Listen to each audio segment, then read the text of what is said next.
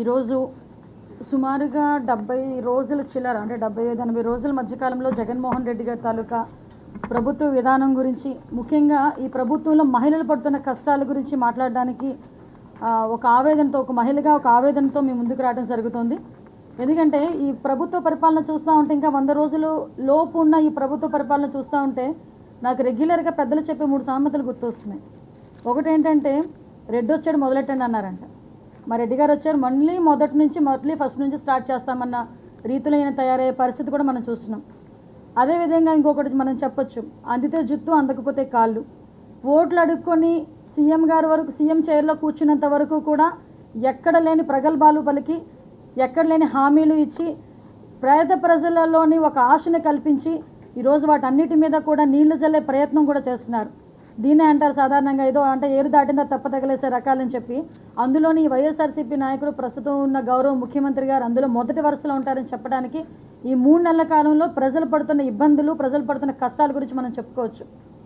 అంటే ఆఖరికి నిన్ననే చూసాం మనం, ఆశా వర్కర్ల పరిస్థితి ఎలా వచ్చిందంటే, అంటే ప్రభుత్వం ఏర్పడిన 3 నెలల కాలంలోనే మహిళలందరూ కూడా రోడ్డు మీదకి వచ్చి వాళ్ళు ఇచ్చిన హామీని నెరవేర్చండి, మీరు చెప్పిన సంతకానికి విలువ ఇవ్వండి అని చెప్పిన పాపానికి మహిళల్ని ఈడ్చుకొని కొట్టి, కనీసం వాళ్ళ ఒంటి మీద వస్త్రం ఎలా ఉన్నదో కూడా చూసే పరిస్థితి లేకుండా ఇష్టానుసారంగా కొట్టుకుని బయటకు తీసుకెళ్లే పరిస్థితి, జైలుకు పంపించే పరిస్థితి చెప్తున్నాం. ఏమంటే ఆశా వర్కర్లు ఏమైనా వాళ్ళు కోరిన కోరిక ఏమైనా అడిగారా? మీరు చెప్పిందే అడిగారు.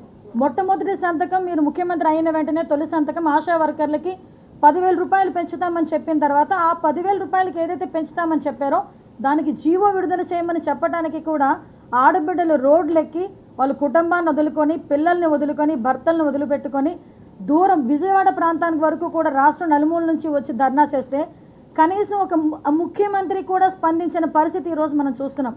ముఖ్యమంత్రి కాదు కదా, ఉన్న మంత్రులు.